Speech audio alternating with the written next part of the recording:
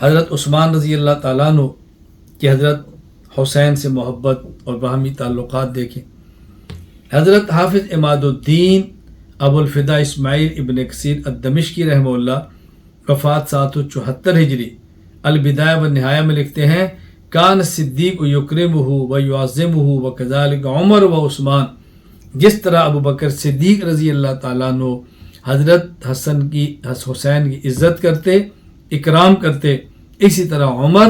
اور اس طرح عثمان رضی اللہ تعالیٰ عنہما بھی ان کی تعظیم کرتے اور ان کا اکرام فرماتے۔ جب طرابلس اور افریقہ کا جہاد ہوا، جہاں اور صحابہ کرام عبداللہ بن جعفر اور حضرت جہاں پہ اور صحابہ عبداللہ بن عباس، عبداللہ بن عمر، عبداللہ بن عمرو بن عاص شریک تھے، یعنی عبداللہ بن جعفر، عبداللہ بن عباس، عبداللہ بن عمرو بن عاص، عبداللہ بن عمر، وہاں حسن اور حسین رضی اللہ تعالی عنہما بھی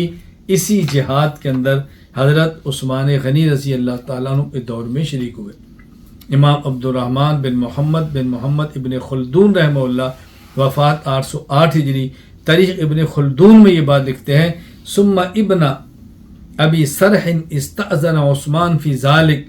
واستمدہ فاستشار عثمان الصحابہ فاشاروا به فجهز الاساکر من المدینہ وفیہم جماعت من الصحابہ منہم ابن عباس وابن عمر وابن عمرو بن عاص وابن جعفر والحسن والحسین رضی اللہ تعالی عنہما۔ خلافت عثمانی میں حضرت حسین اور حسن رضی اللہ تعالی عنہما یہ جرجان کی فتح میں شریک ہو رہے ہیں اور ان جنگوں کے اندر شرکت فرما رہے ہیں۔ ظاہر باہمی تعلق، محبت اور اعتماد کی بنیاد پر شرکت کرتے ہیں، ورنہ کیوں اس جنگوں کے اندر شرکت فرماتے۔ امام حافظ عماد الدین ابو الفدا اسماعیل ابن کثیر الدمشقی رحمہ اللہ وفات 774 ہجری البدایہ والنہایہ میں لکھتے ہیں ان سعید بن العاص رکب فی جیش فیہ الحسن والحسین والعبادلۃ الاربع، حضرت حسن، حسین، عبداللہ بن عباس، عبداللہ بن عمر، عبداللہ بن عمرو بن عاص، عبداللہ بن جعفر وحسیفۃ بن الیمان وفی خلق من الصحابہ فصار بهم فمر على بلدان شتى يصالحون على اموال جزیلہ حتی انتہا الى بلد معاملت جرجان، یعنی جرجان تک کی جہاد اور فتح کے اندر یہ لوگ ان کے ساتھ برابر کے شریک تھے۔ حضرت عثمان رضی اللہ تعالی عنہ سے کتنا گہرا تعلق تھا، جب آپ کو آخری عمر میں گھر میں بند کر دیا گیا، بلوائیوں نے گھیر لیا، اپنا پانی ان کے اوپر بند کیا، حضرت علی رضی اللہ تعالی عنہ نے اپنے لخت جگر حسین،